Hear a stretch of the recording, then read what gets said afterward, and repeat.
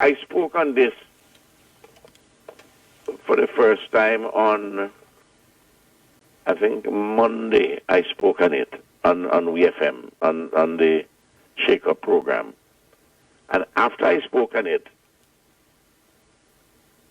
the responsible person from planning called me and told me that the Thursday before, on the 24th, that planning had considered the matter in principle and had refused.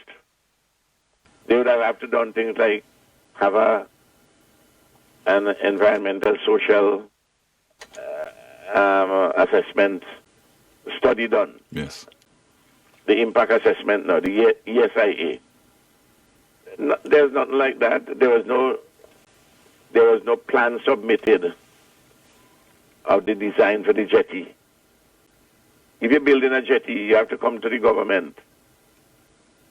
Because even though you have the adjoining land, Johnny P, above the high water mark by the beach. Yes. The jetty has to be put down on the seabed. And it's the state which owns the seabed. You have to come to the government to lease the seabed for you. And you wouldn't get planning permission unless you have a lease. The public, generally speaking, need to appreciate that there's an independent planning board. When an application is made, you can't say the government is supporting that because I didn't know anything about the application. Those of us who are in cabinet can't go out and say, well, listen, we're opposed to that application.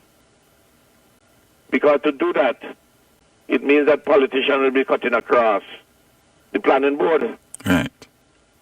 The planning board has to be allowed to do its work. But we mustn't jump because an application is made and the planning board put out the advertisement to say the government is supporting it. We can't interfere. They certainly not at that stage because the law provides as to how this thing should be done and at what stages it's possible for the cabinet to interfere.